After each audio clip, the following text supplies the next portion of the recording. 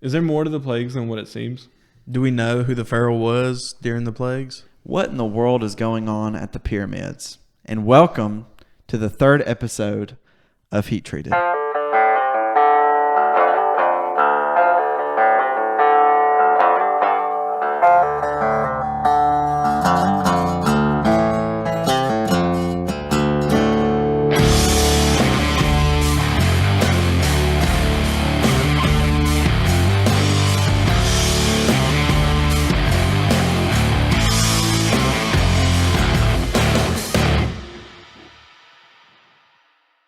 Welcome back to the third episode of Heat Treated. I'm your host, Jack Farrell. I am your co-host, Sam Farrell. And today we've got a very special guest with us. Harris Gregory. Boom, Harris Gregory, all the way from good old Scottsville, Kentucky, the big blue state. So, Harris, what brings you down to Crossville? Well, I really wanted to eat some of my mother-in-law's food for Easter. And then I also heard that Heat Treated was recording their third episode. Yes. And I thought, what better way to spend my Saturday than to record an episode of Heat Treated before I fill my belly with delicious Easter food. There you go. I know he texted me. He was like, hey, is it possible that I could witness how a Heat Treated episode is recorded? And I was like, dude, why don't you just be on the pod? And he was like, yes, let's go. Thank you. Forget about witness. Let's experience. It's like, yeah, let's do this. So we've had Harris on the Ignited Youth podcast before. The first time that we did our General Assembly Reflection podcast, he joined us for the youth episode. And dude, it was so tight in that room. Yeah, it was very. Do you remember that? We just. It took a lot of effort to just fit everybody into that one shot. We had this one, maybe 5 foot wide. It was probably table. the length of this. And we were all just squeezed in together and just hoping that it worked. We were all wearing jackets, and it was 98 degrees in that room. And our biggest enemy was the internet. It was awful. It was awful. But hey, look how far we've come. We've come a long way. And in case you can't tell, we have a new addition to our setup. A hat. We have a neon sign, and so, take it in while it lasts. Take a screenshot, Yeah. I know Brother Allen, he just sent us a message saying that he's got him a neon sign. So before you know it, everybody's going to have a neon sign now. Everybody's going to have a neon sign. It's going to be amazing. Yeah, we may even bring it to the assembly. We might do it. I say we do. Okay. All right. Yeah, we'll bring it. But for this episode, we got some interesting topics that we're going to discuss. But before we do that, Jack, we have something on the agenda that we do with every single episode. What are we going to do? You want a song? I want a song. Well, we've got a song for you. Okay. Sam, tell them what the song is. So the song is "The God of the Mountain is Still the God of the Valley." I don't know who made it. Jack knows a lot more about that. It's a very good song. It's a very good song. It makes you want to shout. Yeah. It's It's a shouting song. It's a shouting song. Yeah. I like it. And yeah. That's all that you can really say about. He's still God of the mountains. Okay. And like we've said in the past, we can't share all of it because of copyright. So we're going to share a snippet, and then if you want to find it on YouTube, you can. But here it is. For the God on the mountain, He's still God in the valley. He's still God. There you go. That was great. That was amazing. I love that. Great. What do you think about the song, Harris? He's still God. He's still God. Of the mountains, still God of the valleys. Mm-hmm. So, Sam, I don't know if you know this, Harris. I don't know if you know this, but we actually have a question from a viewer. Okay. Right? Shout out to Sarah Grace. Yes. Okay. She's a good friend of ours. Yes. She's been to church camp.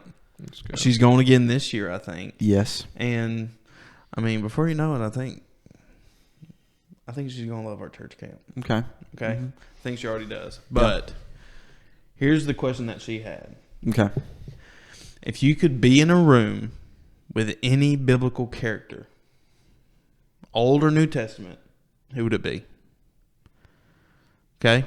Okay. I think guests should go first. That's a tough one. So how long are we supposed to be in this room? Like, are we trapped there, or is Ooh, it that's a just good like question. I think how are y'all approaching it? Are we saying like a conversation, Mm-hmm. or like stuck in a room? if you had can to ask him shoot anything. if you had to shoot a heat treated podcast with a biblical character, who would it be? Okay. All right. So I think I'm taking Paul. Okay. I think Paul is a biblical character that has a lot of knowledge from a lot of different backgrounds. Mm-hmm. Okay. I think he also went through a lot, so he could probably give some good wisdom as to like how to endure tough things. Mm-hmm. I've also heard that his singing tends to bring down the house or the jail. Yeah. Depends on where That's he's true. at. Jailhouse Rock. Yeah. He did. I think he did invent the original Jailhouse Rock. Okay. And so, him and Silas both. You can't, Mm-hmm. can't give all the credit to him. We go to church with Silas. You do. Mm-hmm. That's cool. There's a kid named Silas. Yeah. But anyway, I think Paul for sure is the go-to. Okay. Okay. Paul. My answer, I'm gonna go with the Apostle John. Simply because I'd like to ask him how it felt to win a race, because he beat Peter to the tomb, and I've been nerfed all my life, and I'm not that fast. So I'd like to know how it would feel to win a race. So Gotcha. I feel like that would be a good segment on Yeah. the Hey, podcast. okay. Yeah. You'd also be really cool to understand how it feels to be loved, because Yeah. John was the disciple that Jesus He was loved. beloved. Mm-hmm. He was the beloved. Have you experienced that? I've experienced I felt like love before, but I haven't won a race before. So Oh, okay. I'd like to know how that, it's whatever. Okay. Okay, I've had trouble with this question because I've got like 3 people. Okay. So I'm just going to give those 3 people and why. Okay. Moses. Okay. One, he's a great Bible character. Mm. I mean, goodness, this whole podcast is going to be about Egypt, and Moses is like the main guy. Pretty in significant guy, Egypt. I would want to talk to him about the plagues and what was going through his mind and all this. Okay. Mhm. The next one probably be Enoch. Okay. Okay. Okay. Because there's not a lot about Enoch in the Bible. Mm-hmm. But then we also have the book of Enoch, and that's like a big topic. Mm-hmm. And it's like, I kind of want to know what his thoughts are, Mm-hmm. Mm-hmm. And finally, the writer of Hebrews. So we can finally decide on who wrote the book of Hebrews. So, So we can settle the dispute between Brother Phillips and Brother Sullivan on who wrote the book of Hebrews. Was it Paul or was it somebody else? well, listen. While you try and figure out who wrote the book of Hebrews, I'll be talking to the author of Hebrews. So, Gotcha. I'll So just- you're on Brother Sullivan's side. I'll just fill you in on what he says. Okay.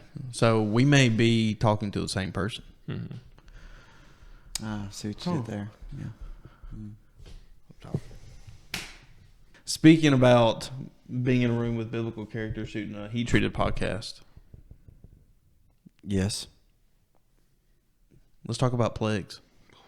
Harris? Plagues. Plagues. Take it away, bro. So plagues are not good. Yes. Thank you for joining me.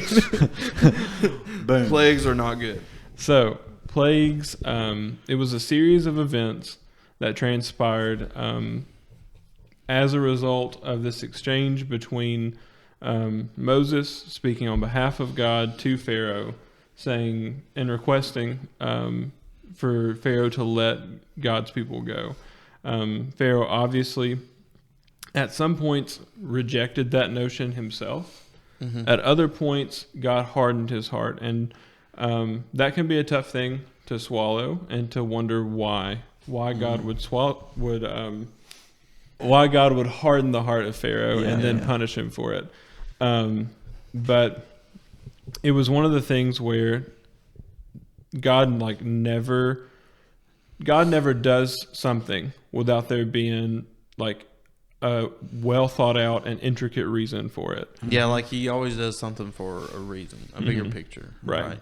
And so these plagues, yes, they were intended to be like these punishments for all the oppression that Pharaoh had brought on the Israelite people, but they were also an opportunity for God to systematically dismantle the Egyptian religion and also to prove himself as not only am I among those that you all have worshipped and you all have seen, I am supreme above them all. Gotcha. There's nobody beside me. There's nobody who can come close to me. And so there's even a scripture where God says, I'm going in to deliver the people of Israel from Egypt and also to cast judgment upon the gods of Egypt. So, yeah. So, 10 plagues. Okay. Each, like I said before, each not only is targeted to kind of challenge the Egyptian gods that they had, but also to show that they can't replicate, they can't do what God does. And so the first one is blood. We know just even in this general study of Egypt that the River Nile was like super important to them. It governed like when they planted their the flooding of the Nile was super important to them because it would put nutrients back into their ground and make it fertile and ready to grow crops. And so they praised a god named Happy. I think that's how you pronounce it. Hapi. And this was the god of the River Nile. And so the first plague was Moses turning that Nile into blood. And so God was taking what they perceived as a god of the Nile to task and saying, this is so important, I have power over it all, and I'm going to change it to blood. And so it ended up causing lots of damage to their environment. And just, I mean, if a lake near you was changed to blood, I mean, it's going to be like gross and like sickening. And I think it was a nice little introduction just to let the Pharaoh know who he was messing with at the time. Because, I mean, like, that city depended on that river. I mean, it was like a city in the desert. They put Egypt in that specific place because of the Nile. So, yeah, that's... And that's, like, something to think about. It's, like, all the movies that I've seen, you know, especially the one with, like, Charleston Heston and the Ten Commandments. Right. The water turning into blood. It's not the water turned into, like, red water. Yeah, it wasn't red water, but it's like actually blood. Like, and I know you're going to nursing school, you know, so you've seen blood and how thick and stuff it can be, but it's actually like turning to blood, not water like blood. Right. Water turning into, and that's like, I just have to constantly remind myself that. Yeah. So it was definitely a gross thing to see, definitely a shocking thing to see. It would kill everything in the river, wouldn't it? It would. And so it wreaked havoc. And this is it's kind of surprising when you put it into perspective. Like if this thing happened to you, would you let it change your mind? And you would think that it would like be convincing, especially if it was like right off the gate, this is what we're dealing with. Yeah. Whoa! But it didn't. And so Pharaoh doesn't let them go. And so it comes to the point where there has to be another one. And so the second one is frogs. And they had a toad goddess named Heka.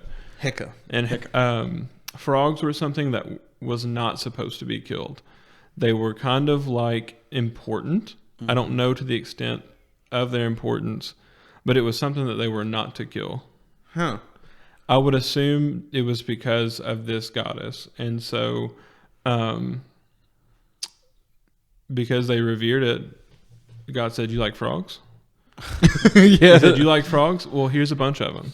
Yeah. And they swarmed the entire city. they filled it up, and then as they died, they left this like awful and like super pungent smell, and it was just like dead frogs everywhere. And so literally here is something that the Egyptians regarded as sacred. God has said, I'm the source of the frogs. I created them. Yeah. And now look how easy they kill over. Look how easy they pass away. It kind of gets back into that Romans 1:25 deal where it's like they worship the creature rather than the creator. Right. And so they were worshiping something and revering something that was very finite and had no power in itself. And so they had to consistently be reminded, like, this is the creator God, this is the one who made the frogs. It's like, and he's not going to be rivaled by the creature itself. Wow, that's I never realized that. Mm-hmm. So like whenever wonder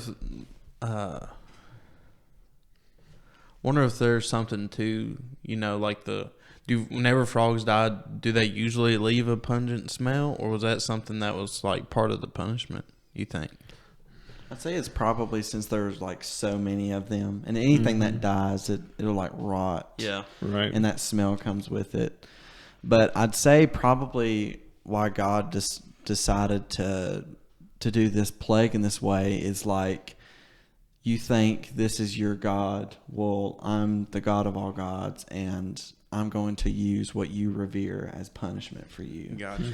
And so, and the smell, that's just another part of the plague. It's like, not only is it like these frogs swarming the city as a form of judgment, but also like it's a lasting judgment. So, yeah.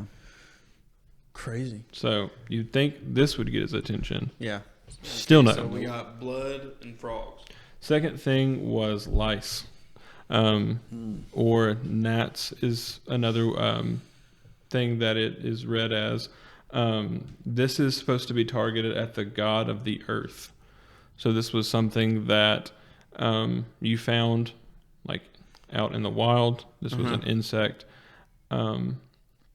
And so you see that he sends all of these lice or these gnats, and it's one of the only times where you see the magicians and those Egyptians that were brought to kind of rival Moses actually acknowledge, like, whoa, this is something beyond what even we can do.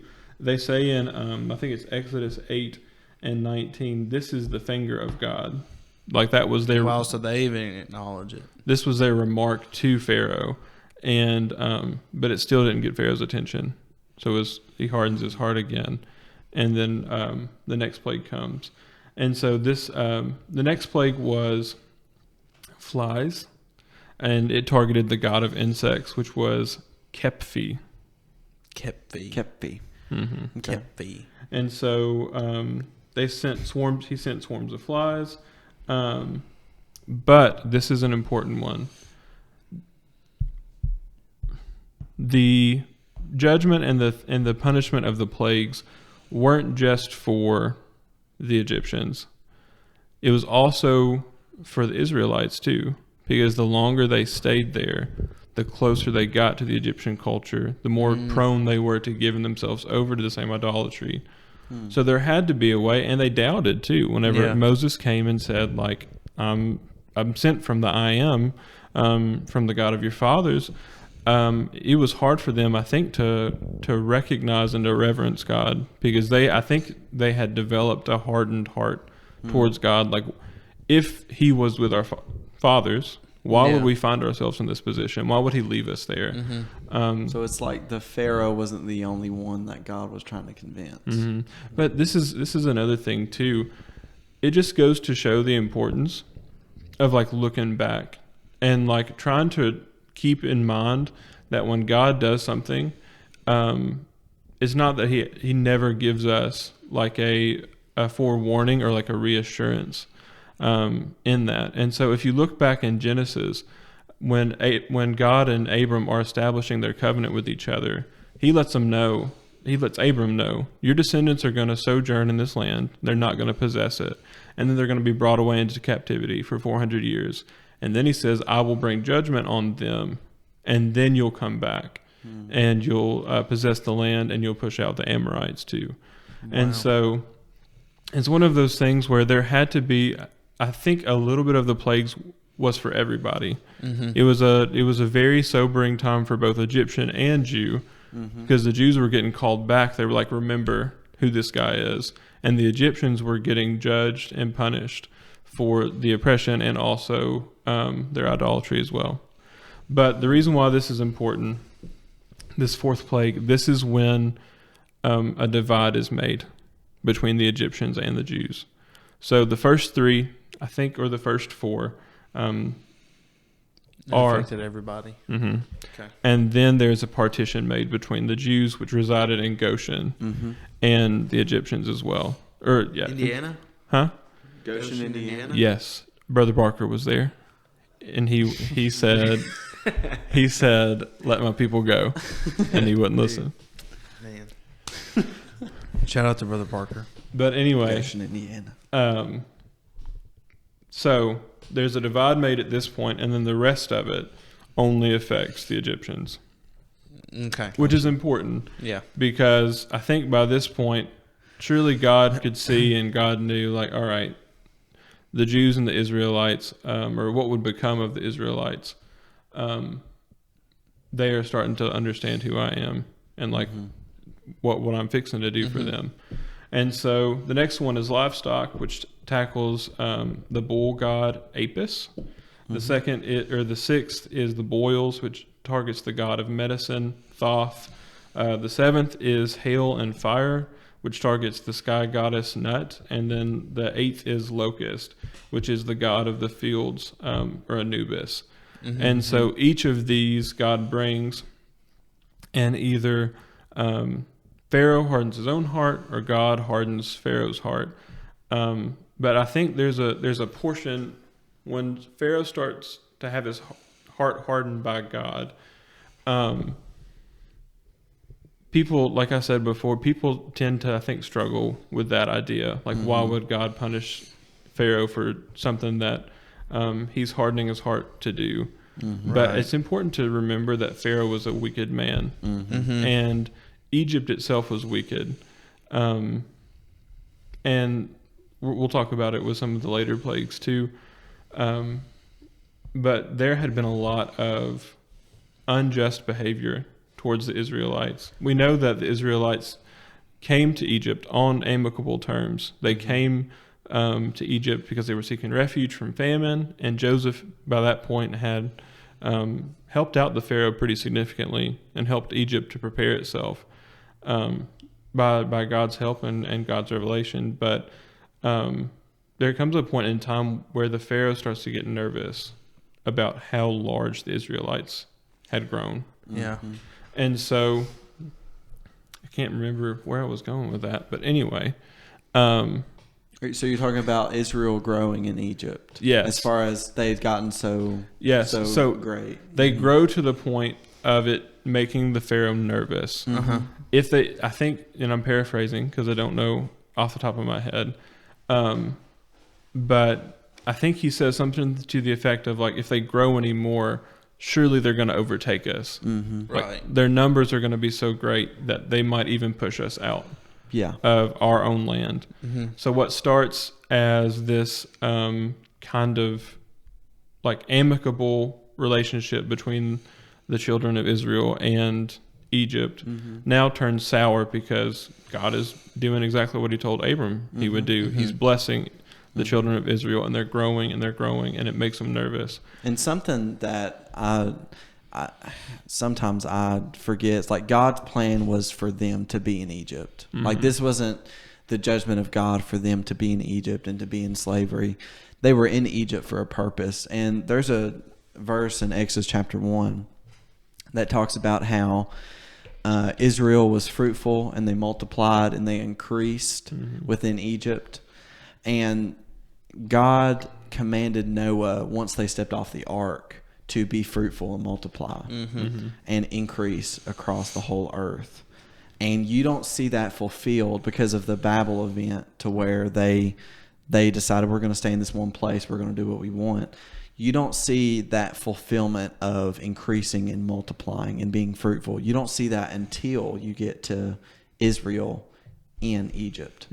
And so I think that's something important to note as well. Like, this was God's plan for them to be in Egypt, not just so that they could go and all these plagues things can happen and the judgment of all these gods of Egypt, but it's also because they were meant to be fruitful, multiply, and increase Israel. And Egypt was that perfect habitat where they could do that. Yeah, not, it's like hearing you guys talk and stuff, and then honestly kind of thinking about our song of the day.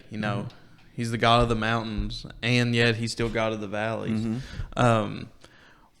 We may tend to look at like a bad situation as like, God, get me out of this bad situation, Right.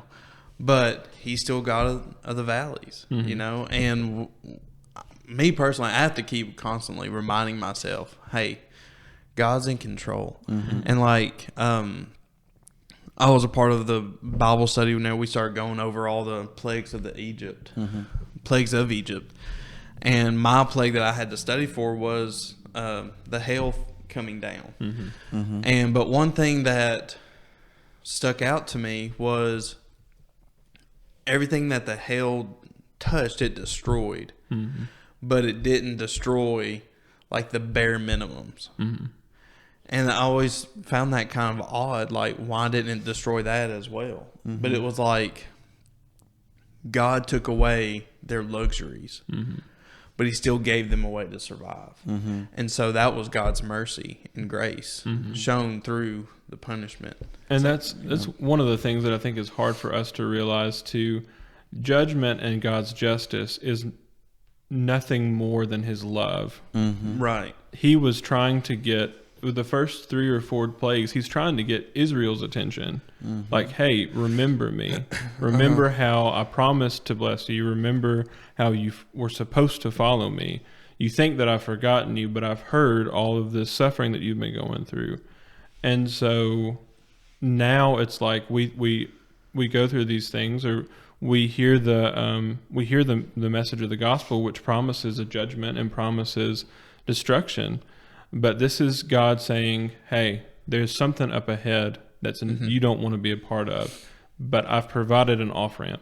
Right. I've provided this way.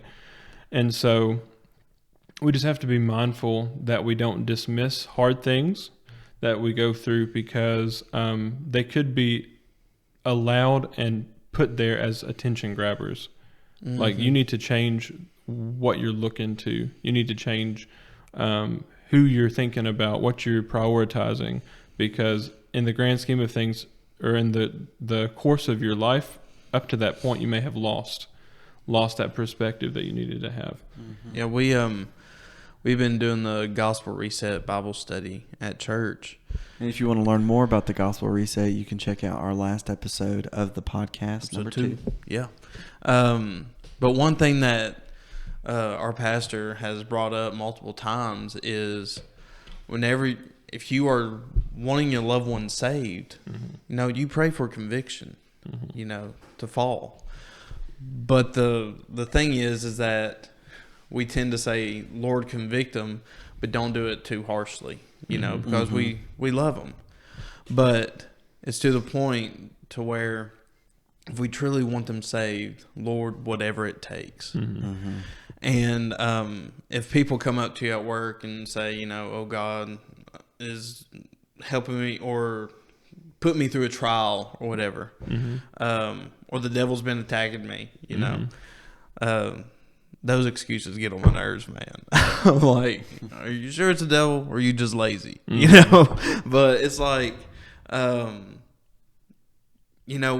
first reaction is, God, take this trial away from them. But normally, it's when somebody is so burdened down that all they have is God.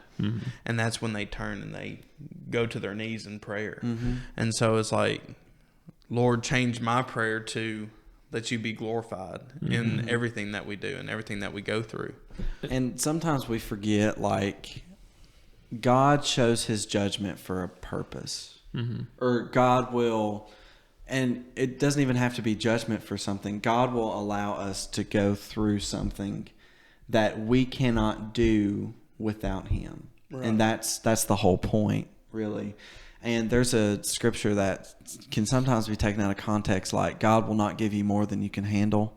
Mm-hmm. It's like, well, that scripture is there, but if you read it in context, that's not what it's talking about. It's saying God will not allow you to go through more than what he can't handle, which it sounds silly because God can handle all things. Yeah. Mm-hmm. But the whole purpose is that God is allowing this thing to happen because he wants to show and glorify his power through you. And so, like, that's how testimonies are made. We're made overcomers by the word of our testimony. That's not going to happen if we just have everything on a silver platter, you know? Yeah. I was just thinking about a meme. It said, God gives the strongest battles to the strongest warriors. Mm-hmm. It's like, my tummy hurts. My tummy hurts. And he's like, you ate 12 tacos. Like, you did this to yourself. And that's how it goes sometimes. Sometimes it's like, oh, God's sending me a trial. It's like, no, you just were being dumb. It's like You ate a full bag of Doritos in 30 seconds. I put off my homework for one night too long. Got to do it all the last minute. Yeah. Oh, that's so good. But anyway, I think I remembered where I was going. So we talked about, there it is. There it is. We connected it finally. So I had mentioned how wicked Pharaoh was. And maybe not the Pharaoh at the time of Moses' interaction, but previous Pharaohs that had seen how vast and how quickly the people were growing. Mm-hmm. And so there was a decree put out at the time of Moses' birth that said, I want you to kill all the Hebrew male children. Okay, so that gives you an idea of the kind of terrible relationship that Egypt and the children of Israel had leading up to this Exodus event. But anyway, and that also kind of gets us to the last two plagues, and it helps us to understand why something like the last plague is justified in the sight of God. Mm-hmm. People think God is a God of mercy. He is a God of mercy. Mm-hmm. But he is, I heard my pastor say one time, and it should be a comforting thing to us, and it should be a frightening thing to us, that God is good. Right. By that, God is merciful, but God is completely just. There's no evil, there's no bipartisanship. There's no partiality, there is no there's no unjustness in him, and so everything he does is completely good. Everything he thinks is completely good. Even if it's beyond our understanding why or how, it's all good. Mm-hmm. And so, like Jack was talking about, I was given darkness, which is the ninth plague, 9th of 10, and it's kind of hard, I guess, for me to understand polytheistic worship and religions. Mm-hmm. But this is one of the cool things about this plague. I feel like in all of the mythology out there that are polytheistic and multiple gods, there seems to be a tier system that develops. Right. There's always a king of the gods or something like that. So in Greek mythology, it's Zeus, who I guess is Jupiter in Roman mythology, and then Canaanite religion, it's Baal. Yeah, and so now God has worked his way up, and it seems like he is he's working his way up to one of the top tier gods in the Egyptian religion. And so this darkness is meant to target the sun god Ra. And Ra, I think, from what I understand of that mythology, held that same position as Zeus. He was kind of over, in their minds, he was over the rest of everybody. And so it's wherever you think of the Lion King, wherever the light touches is our kingdom. And so he's the god of the sun. And so anything that the sun touches is his domain. Right. Yeah. And so God takes him to task, and it's just darkness. It's like you vault the sun. This is one of the things that's really hard to understand. It's like, why would people want to serve anything that's created? Yeah. Because it's like, I hung the sun, I made it and I formed it, and now you worship it. And then it's like, but the one who made it can take it away just as quickly. Yeah. And so that's exactly what he does. And this is, again, I think one of the cool things about there being a partition between the Jews and the Egyptians at this point. The sun is gone. There's darkness in Egypt. Gross darkness, it says, covers the people. And then in Goshen, which is where the children of Israel resides, it's light. And so I think that's a good metaphor for us. It's like, just because things get darker doesn't mean that we get darker, doesn't mean that we live in that same darkness. Right. We can have that light with us because we serve the Creator God, the one that hung the sun. So if it were to even go out, we have that that peace and that assurance and that light to live by. But anyway, so he finishes dismantling all of the gods, or not all of the gods, but at least some of the ones that they would have held up in high esteem. And then he gets to 10. And 10 is where it takes a really big turn, because one of the things in Egyptian mythology was they viewed Pharaoh as a god. So he was not just their ruler. He was now a religious deity once he took that position. Gotcha. And he so became like God, honestly, like God in human form, pretty much, yeah. And so now it was something that you're going to see a tangible effect on. You're going to see a human react to this because it's going to directly affect the Pharaoh. And you're going to see a direct effect on what they considered a god. You're going to see the aftermath of it. And so what he does, and this is where the Jewish people get their Passover, he foretells them, I'm going to send this angel of death, and it's going to walk among everybody.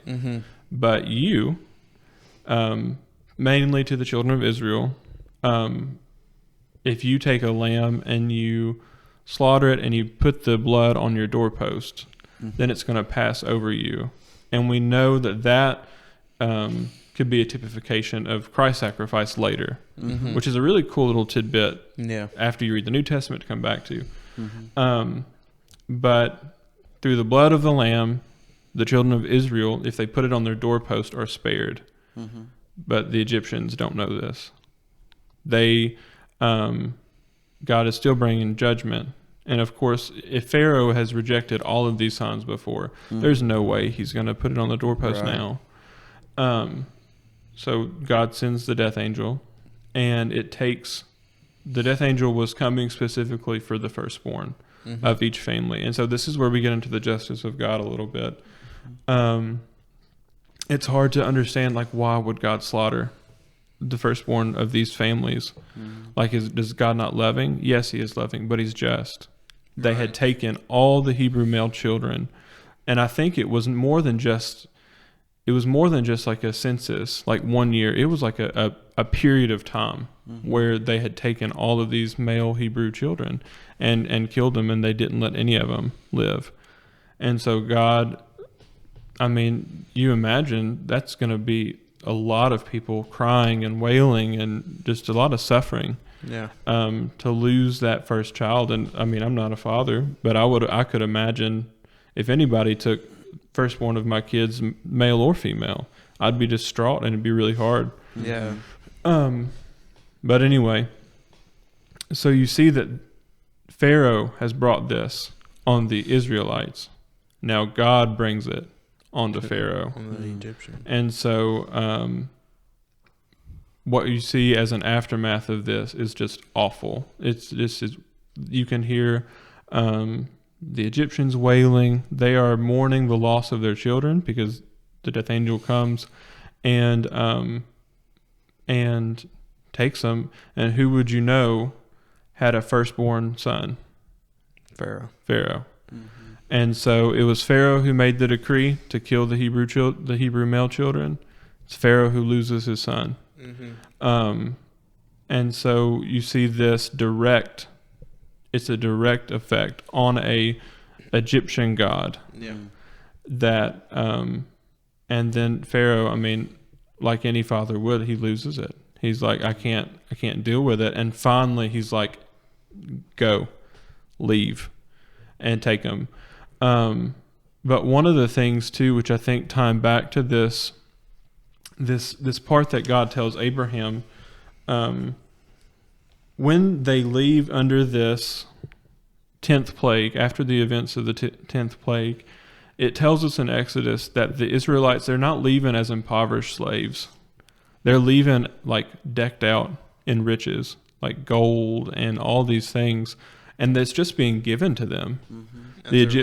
As they're leaving. And so, if I can find it here. Like a farewell gift or something. Farewell gift. But it says, and it's Genesis 15 and 14, where God kind of gives Abram this sense of your descendants are going to go into Egypt, or they're going to go into this place, be held captive, and then leave.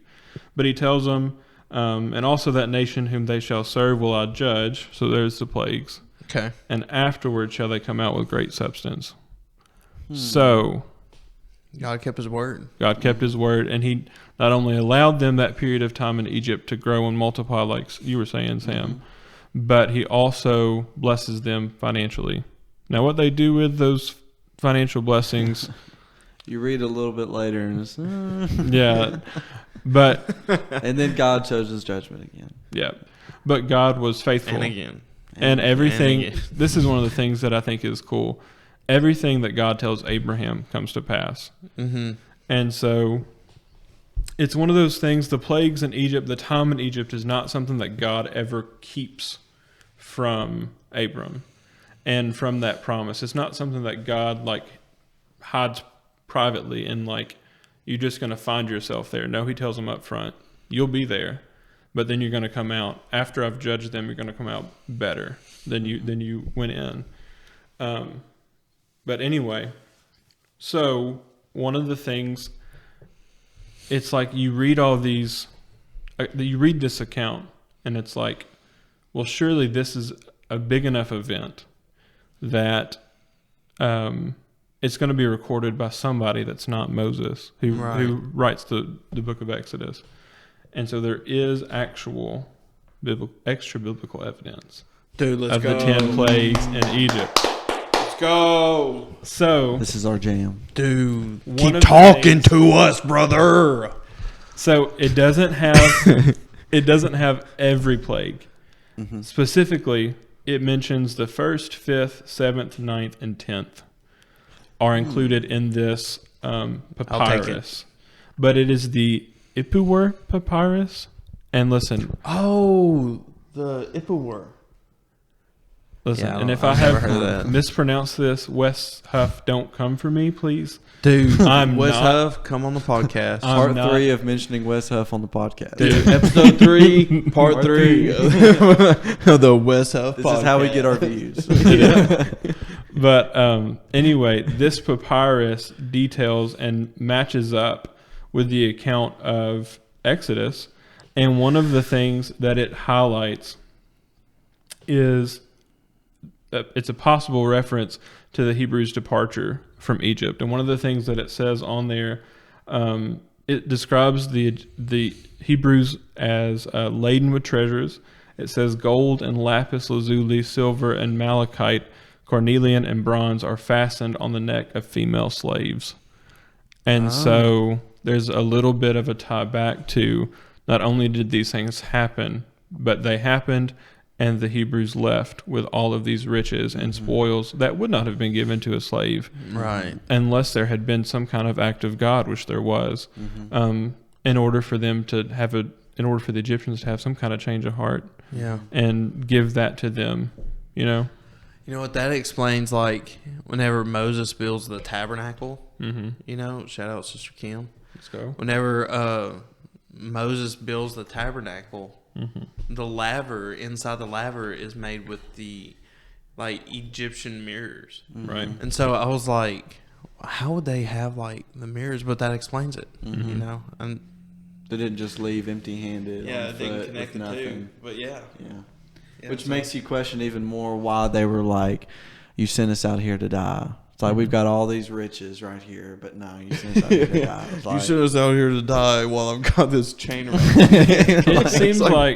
It seems like the Israelites are very forgetful people. yeah, And so if I saw half of what God did through the plagues, I'd be like, yeah, this dude knows what he's doing. I think he knows what he's talking about. Yeah. But it just get out of here. Let's skedaddle. it just goes to show how much Christ accomplished too, because it's like God might not be bringing plagues on the countries, but we Yeah. don't have to have that kind of sign in order to confirm what God does and what we feel because of God, because everything is inward, and it manifests itself in outward ways. And so we don't have to have that reassurance of seeing that every day. We have the written word that tells us that it happened, but we also have the inward experience to confirm everything that is here. Gotcha. Yeah, So- it really makes you wonder. It's like, how forgetful are we sometimes? You know, like we have a guy that's coming to church now, a really good friend. He got saved a couple weeks ago, and it's like every time that we see him and we hang out, he's always smiling, like he's always happy, you know.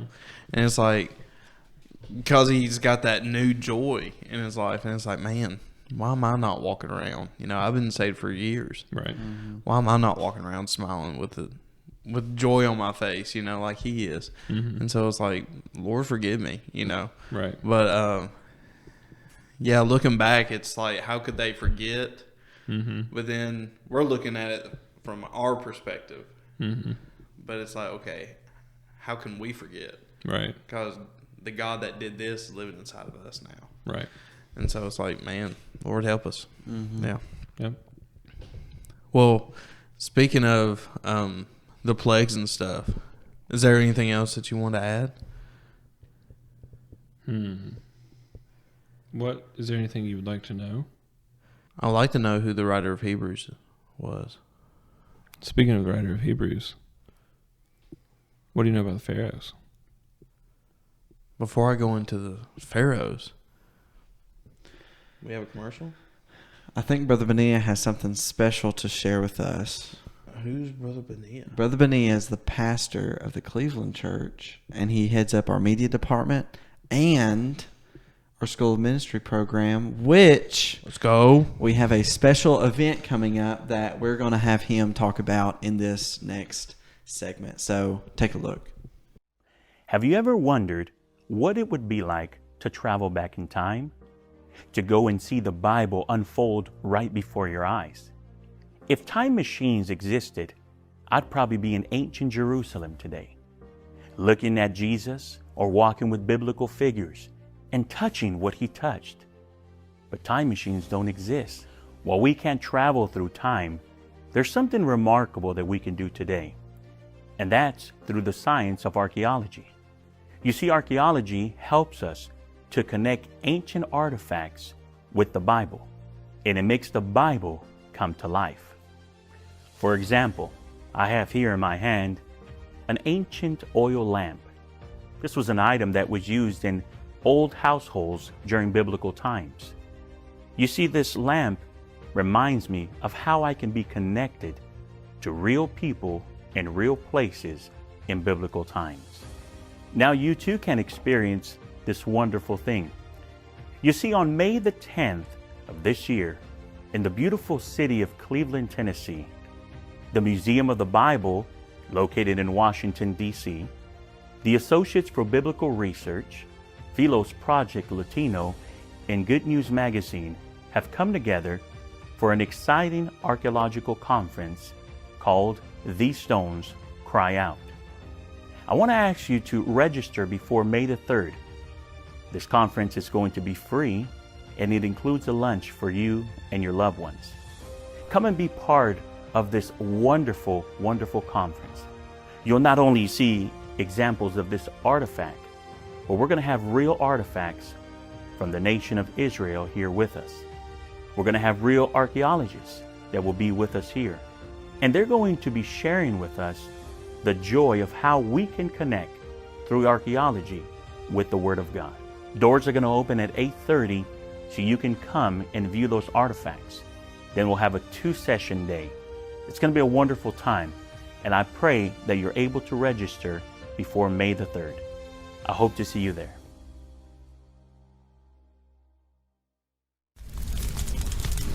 Oh my goodness, that was a fantastic trailer. Dude. I've never seen Brother Benia talk so much about so many things and be absolutely right about all of it. Dude. Yeah. Dude, you could have said it any better than that right there. That was a great commercial. That's right. Well, speaking about archaeology, and here's the segment about the 10 plagues. I want to talk about the last plague, okay? Specifically focusing on the Pharaoh. Let's talk about that. Okay? So, have you guys seen, like... Let's talk about that. I think I want to talk about the Pharaoh. Have you guys seen the No copyright. the movie The Prince of Egypt? Yes. Okay, It's got a fantastic musical piece on the plague. dude. Literally the entire segment I just kept thinking about the Prince of Egypt. But the thing is that who was the Pharaoh in The Prince of Egypt? Ramses. Yeah. So that was the Pharaoh that they portrayed in The Prince of Egypt. But the way that the dates line up, he couldn't have been the first Pharaoh, or he couldn't have been the Pharaoh during Exodus. So who was it? It's a guy named Amenhotep. Okay. Okay?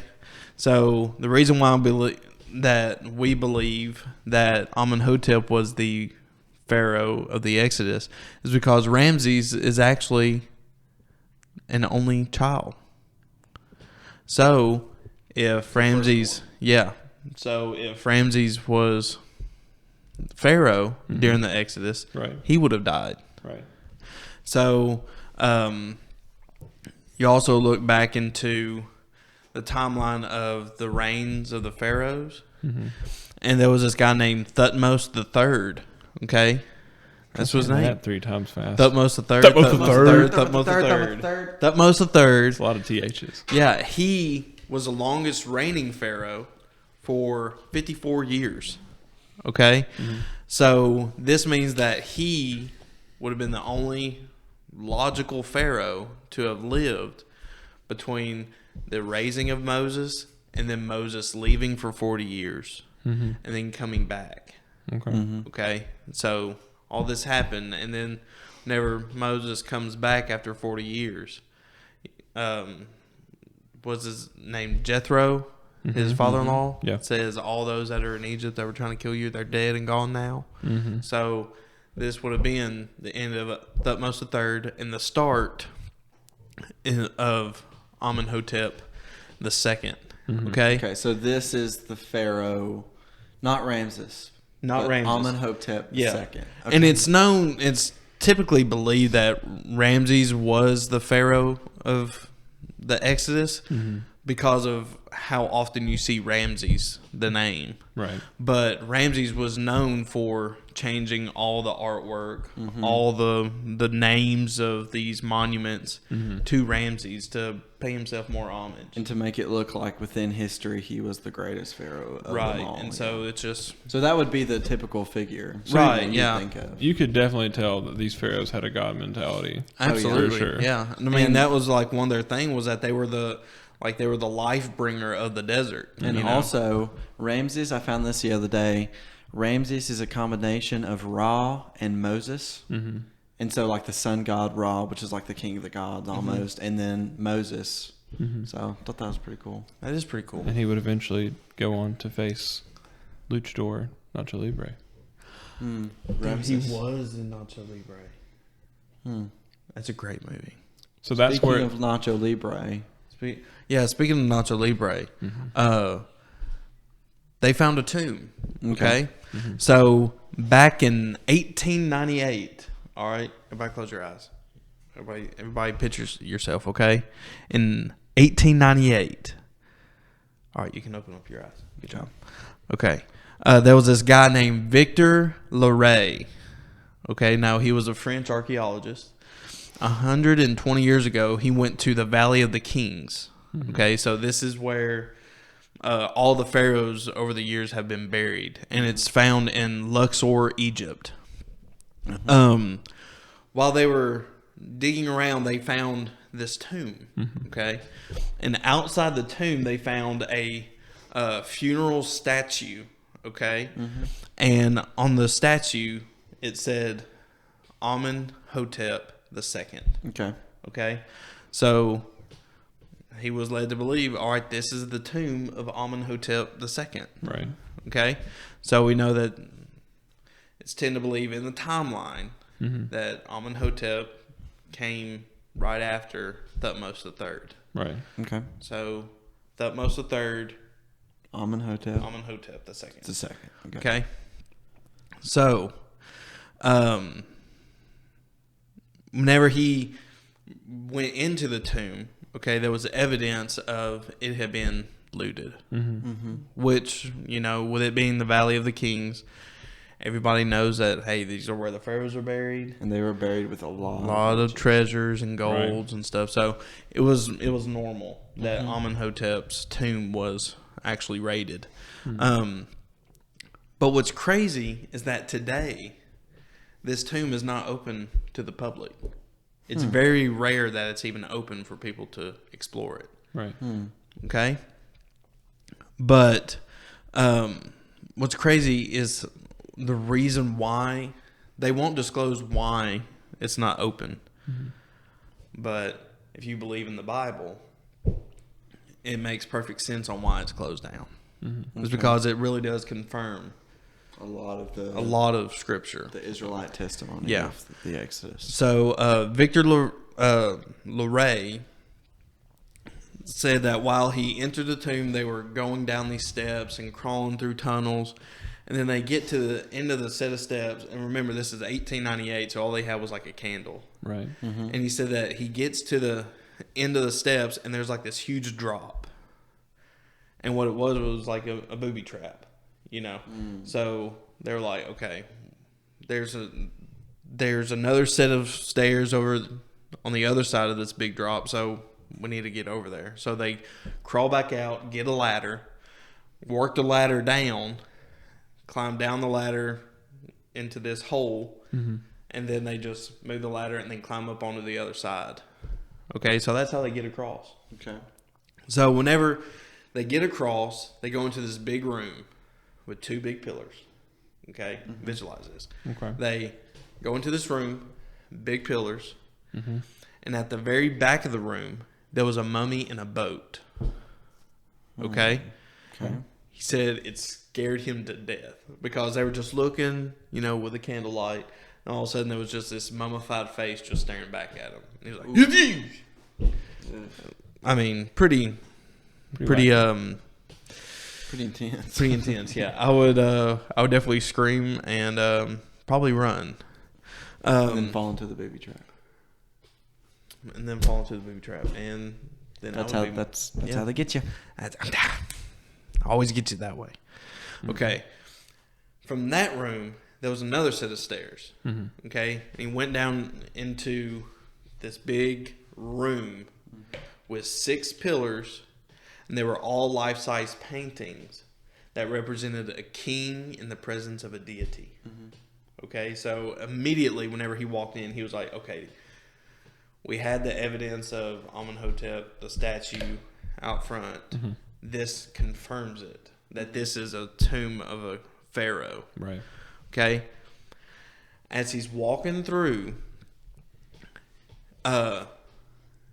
he goes to the very back of the room, and there's like this big cutout, okay? Right towards the back. And there he is. Amenhotep II. they found his sarcophagus right there, and he was like, "No way! Like he's actually still here." So who's the boat guy? Do they know? No, they don't know who the boat guy was. There was no name or anything. And I know they representing him. would bury like slaves with the pharaohs because like when you would die and you would go into the afterlife, you know, the pharaohs, they would need like slaves for like guards, and they would need all this stuff in their tombs. Yeah, with so them. it could have been like a guardian or whatever, you know. But they never specified on who it was or what the purpose of that mummy was. They just threw that in there because that was the first mummy that they seen, Right. and it scared them half to death. Yeah. You know, no pun intended. But whenever they went in, they found not only just his sarcophagus. Okay, so there's or what is it called? Like the mummy's laid in a sarcophagus, and then it's laid in like a chamber. Burial chamber? Burial chamber? Okay, we'll call it a burial chamber. They found the burial chamber. Okay, and so he was like, "Whoa, it's still here." Well, they also found other funeral statues. Okay, most of them had Amenhotep II's name on it, Right. except for one. And the name of that statue was Weben Senu. Everybody say it. Weben Senu. Weben Shamju. Weben Senu. Senu. Weben Yama. Okay. Which was the royal prince and son of Amenhotep. Okay. Okay. Okay? So, what was the purposes of these statues? What was the purpose of the funeral statues? Okay, you remember like the terracotta warriors? You know? The whole purpose for those terracotta warriors were that they were like going to be his army, Right. you know, for the afterlife. Well, it's the same deal with this funeral statues. You know, these were the people that were going to be with him in the afterlife and help him through. Right. These are going to be his servants. But what was crazy was that you had this one statue called Weben Senu. Now, whenever they first entered the chamber, okay, think of the chamber with the 6 pillars. To the right of the chamber, there was this other chamber. Okay? Victor Ray, I'm just going to call him Victor. Okay, Victor went into this little chamber and found 3 mummies. Okay? And one of the mummies, the one mummy in between the 2, was about an 11 to 15-year-old boy. Okay, so he was like a child. And it says that he was laying there with his hands over his torso. And he had, his whole head was shaven. But he had one lock of black hair coming down from the right temple. Okay. Now, what's crazy is that that is known for being the hairstyle for a royal prince. So this tells us, okay, this Weben Senu was the son of Amenhotep. Right. Okay, so this means that this was a royal prince. This child was royalty. Yeah. Okay, It's more than just a random kid in a right. So it's Pharaoh not tomb. just like this random Right. slave, you know, Right. because it had a royal haircut. Right. And then down the hall from that, they found canopic jars. They found canopic jar fragments, and they had different names on the jars. And then one of the jars said, Weben Senu, king's son of his body. Okay, so that canopic jar was only for royalty. Right. And this was saying this is the son's, or this is the king's son. That his body's in this jar, Right. labeling it Weben Senu. Okay. They found outside tablets, other sources that have also paid homage to Weben Senu, being the son of Amenhotep II. Okay. They also found 9 more coffins in the tomb, which would probably be like the slaves and stuff. But going back to the burial chamber, Okay. Right. I got all this information from Expedition Bible. Okay. Right. If you guys haven't checked them out, you guys have got to check Joel Kramer. Joel out. Kramer, yes. He is amazing. Joel, if you're ever in town, please come on the podcast. We'd Yes. love to have you. Yes. But he said they, excuse me, they removed the lid of the burial chamber, and they looked inside, and they seen a sarcophagus. And then they were like, okay, even more ecstatic. Like, okay, he's here. Yeah. So they take him out, take the lid off the sarcophagus off, Right. and they find Amenhotep laying there. And it's so clear that it's Amenhotep that he even has a cloth inscribed on his person saying, "This is Amenhotep." Right. You know? Yeah. So this is like no denying it. This is Amenhotep. So this is the Pharaoh right. that was during the time of the Exodus. Yes. Wow. And what backs this argument up is that on the body of Amenhotep, there were these tubercles, like these little bumps all over his body. He is the only pharaoh that they found in the Valley of the Kings that has these tubercles on him. So this is unique to him. The boils. Oh. Yeah. So Gotcha. So they were saying that this could be scarring from the boils. From the Oh, wow. from the plague. Plague. Wow. Yeah. So his body, and we'll throw up a picture, and you'll see these little bumps around his neck, and those were the boils, the tubercles.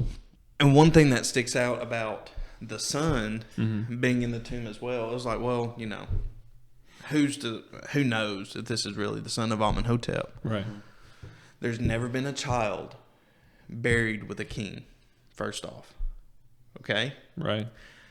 Then, whenever a king dies, no matter what, whenever the king is dead or the pharaoh, they immediately shut off the tomb. Nobody can go in. Right. Which tells us that being that the boy was in the tomb, the child had to die before the father. And I would assume too, with Egypt, they probably follow the same royalty, deity, not deity, but royalty progression.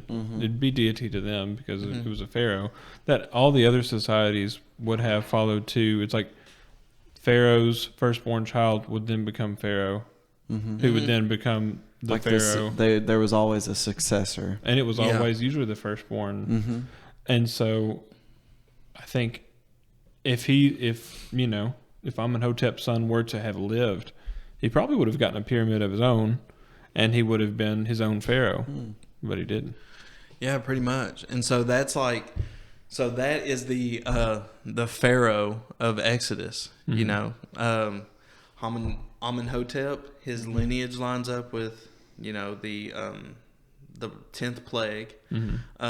The reign of the pharaoh before him lines up with the departure of Moses. Right. And then his reign would end by the time Moses gets back. And then you see Amenhotep's child is actually buried before him. Okay, because he was already in the tomb, and then whenever the pharaoh died, they sealed everything off, so he had to be dead before. And then the markings of Amenhotep the second with the boils on his skin. So we literally know and have record, and you can see pictures of the pharaoh in Exodus and the victim of the 10th plague. Wow. And so all the archaeology lines up. It's all right there. Wow. It's all That's right something. there. Whenever I seen this video, I was like, I don't doubt it.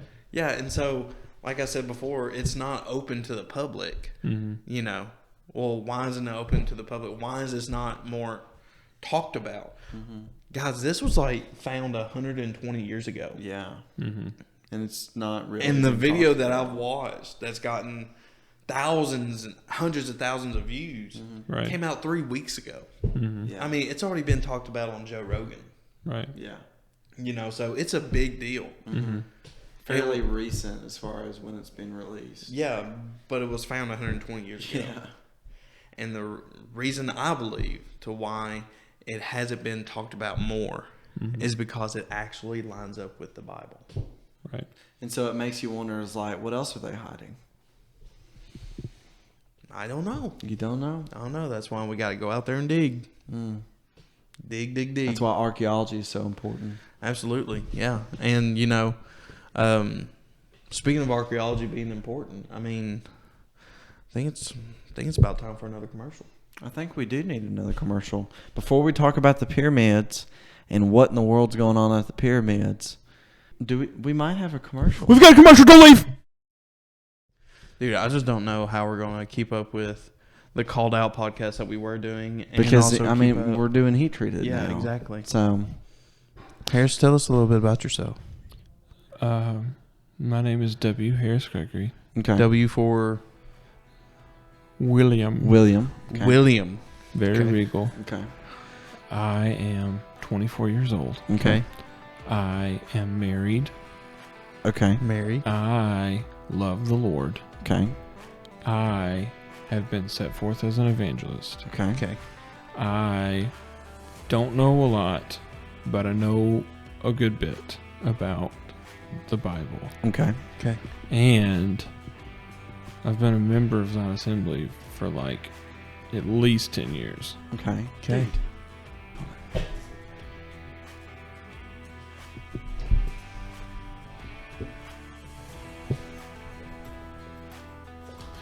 So we have some exciting news. We have a new host, actually a co-host. Yeah. The other co-host is not here with us right now. He's been on the podcast before. I'll pull up a picture of Yeah, him. we'll pull up a picture of him, act like he's actually here. Can you just put them like right here beside me? Yeah. Like, Yeah, on my we'll shoulders? put him Okay. right next to Harris, like Yes. maybe behind his shoulder or something.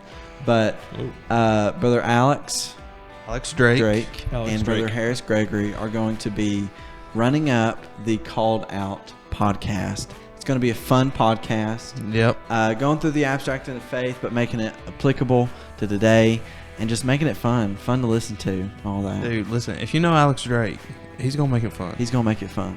Where I fail at fun, Alex excels at fun. So Hey, that's the same for me and Jack. Where I fell, Yeah. he got it. yeah. which is quite often. Mhm. But yeah, so I'm looking forward to it. I'm looking forward to the episodes. They're coming soon. Mm-hmm. You know. Right here on the Ignited Youth. If you're listening to this on like a podcast platform, it's going to be at the Ignited Youth podcast channel or on YouTube. It's also going to come up on YouTube. So just stay tuned and you might get an episode soon. Yeah, where you get all your podcasting needs. All your podcasting needs. Spotify, Apple, Amazon Amazon, and YouTube. There you go. So make sure to tune in to Called Out when the new episodes drop. We are restructuring some of the podcast stuff, getting all this work together, and just stay tuned. Back to the show. Dude, that was a great ad. That was a very good A ad. very inspiring future Yeah. promoted in that ad. Harris, what do you think about that ad? There you go. Speaking of, we have one more topic in the subject of Egypt. We're going to talk about, when Egypt comes to mind, there's always something that you think of. I think of, Camels. okay, camels. I think of Zookeeper, Zookeeper, okay. Kevin James. I think of That's a the good movie. pyramids of Giza. I think of these giant pyramids. There's 3 of them. Okay. They are Yep. like, it almost looks like a staircase. One is super small, one is medium sized, one is super big. They are nearly 4,500 years old, suspected to be even older. On the Giza Plateau near Egypt, they are supposedly tombs for 3 different pharaohs. That is what has typically been taught in, your typical classroom. But there's a lot of debate about what they're for. Some people just really don't know. Some think that they weren't even built by the Egyptians. Oh, really? Some think that they were Aliens. older. Aliens. I don't know. Bebop, you need big triangle. Some people. Some people think that they were just inherited by the Egyptians. Yeah. So, could be aliens. Did aliens do it? Was it a power plant? That's one theory. That's a good one. How could this megalithic structure, this ginormous pyramid, be built in an ancient civilization? Yeah. Well, we recently just got some new info about the pyramids of Giza. Two researchers developed a form of radar that can detect objects underground. Oh, is that the ground penetrating? Yeah, radar? it's called synthetic aperture radar. It's new. Okay. It's more than just like your typical like LiDAR ground penetrating. How it works basically is that things underground will like shake and there's always vibrations going on. And it's able to detect the vibrations underground. And if you do it from multiple perspectives, then you can get like a 3D model of what is being picked up. Dude, that's pretty cool. So that's what they created, the synthetic aperture radar. They scanned the second largest pyramid, the one that's right in the middle between the other two, and they found something unbelievable. Okay. So Italian researchers led by Professor Corrado Malanga from the University of Pisa. That's a mouthful. University of what? Pisa. So like Pisa? the Leaning Tower of Pisa. Maybe. I don't know. But they say that they have uncovered a vast underground network between the Egyptian pyramids. So, So it's like a tunnel system under the pyramids? well, they claim that the radar images show massive vertical shafts, spiral staircases, channels resembling pipelines for a water system, and a hidden world of structures more than 2,000 feet below the pyramids. So, like, is this an underground city? They even suggest that the legendary Hall of Records, a purported library tied to the ancient Egyptian lore, could lie within this underground complex. Quote, "When we magnify the images in the future, we will reveal that beneath it lies what can only be described as a true underground city." That's what the team described. Dude, Harris called it. Harris kind of just prophesied right there. He is from the call. Underground city. Triangles. But just to kind of put into mind what this looks like, you have your pyramid, okay? And at the base of the pyramid going 2,000 feet below, you have these giant, I think there's 5 columns, like these cylindrical shafts going all the way down into the ground. And at the very base of these shafts, about 2,000 feet below the surface, you have these huge, like, box-shaped things. And that's what they're saying could possibly be the underground city. You have 2 of them, okay? Giant vertical cylinders, 2,000 feet from the bottom of the pyramid all the way down to the ground. Gotcha. There appears to be something spiraling up each of the cylinders. And we'll talk about that a little bit more. At the top of the cylinders, there are these structures with arches that almost look ceremonial. Now, we're going to put a picture on screen of all of this, what it looks like. You can see these structures at the top. They almost look kind of like, I don't know, like a Japanese temple, like the style of the arch roof and things like that. Okay. Just looking at it without, archaeological interpretation, that's what it looks. It looks ceremonial. A lot of this has been discovered, crazy stuff, underneath the pyramids, but there's a lot of pushback. Not all experts are convinced. Professor Lawrence Connors, he's an expert in radar technology, University of Denver, he says it's a huge exaggeration. He's saying the technology used, similar to sonar to map the ocean, it couldn't penetrate that deep into the earth. Gotcha. That's what he's saying. And then he spoke to the Daily Mail, talking about his issues that he has with all of these discoveries.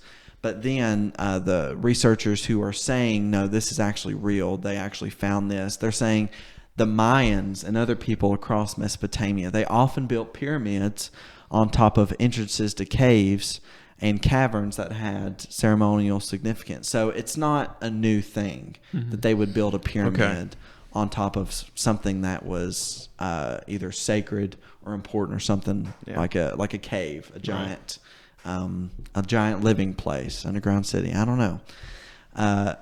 But then there's an Egyptian archaeologist. He reported that the researchers were completely wrong and that their study lacked scientific basis.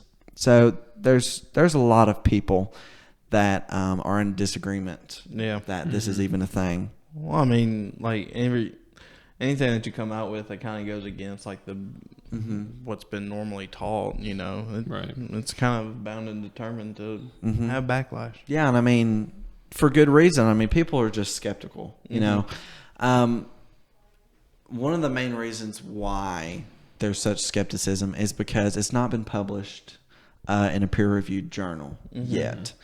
They have submitted They have submitted the work to be published, but the only problem is that there isn't enough archaeological evidence to add onto it that would allow it to be peer-reviewed, considered peer-reviewed. Gotcha. Which in academic scholarship, you know, that's how you know you've kind of made it. But this image, it's pretty strange. These giant shafts, what in the world could they be? Well, this is how I've heard it interpreted. Okay. So they think that these shafts were giant water wells. Okay. Giant water wells for all this water, believe it or not. And then on the side of the shafts were these spirals. They think that this was the staircase. That it is a staircase going down to these two box structures at the very bottom of the pyramids. The structures with the arches, which is at the very top within the pyramids. They think that this is just some kind of chamber, possibly burial of some sort, but it's something that they didn't know about previously. But at the very bottom of the pyramid, these box structures, they think that this is an underground city. So some think that these Egyptians used these structures with water to develop electricity. Oh, okay. So they're thinking that these water shafts are more than just wells. But the reason why they're so long and created in this way and why there's so many of them, it's used for electricity. Okay. And that would mean that these spirals going along the side could be coils. Okay. That would Coils make to sense. collect the energy. Yeah. Okay. And then you need somewhere to put this energy. So they think that at the very bottom of these like a shafts, battery? it's like a battery. And keep in mind, they think that this is more than 4,500 years old and prior to the Egyptians. So the pyramids were before the Egyptians, or the It is- underground city. It's was before. possible It's possible. that the pyramids could have been before. Yeah. There's a lot of argument over whether or not it was built by the Egyptians for the purpose of burial, like a tomb. But there's a lot of evidence coming out that these could be older, and these could be just discovered by the Egyptians and inherited by the Egyptians for a certain purpose. Yeah. But super old, prior to electricity being discovered, according to our modern looking into the past. Yeah. But and you can even look online on YouTube. There's all kinds of videos prior to this info coming out about how there's a lot of evidence saying that Egyptians knew how to harness the power of electricity. Yeah.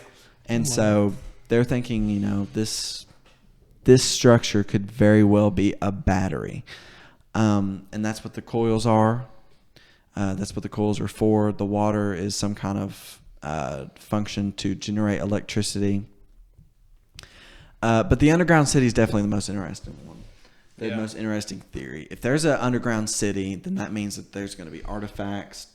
We're going to be able to peer deeper into the past in order to understand what in the world is going on. And if all of this comes out and is confirmed, peer-reviewed, all of this becomes a part of the norm, this is going to open up the door how in the world did ancient societies have the ability to make these megalithic structures? Yeah, I mean, Pretty wild. I feel like the way society goes, it's like, well, if it's ancient, then they're dumb, you know.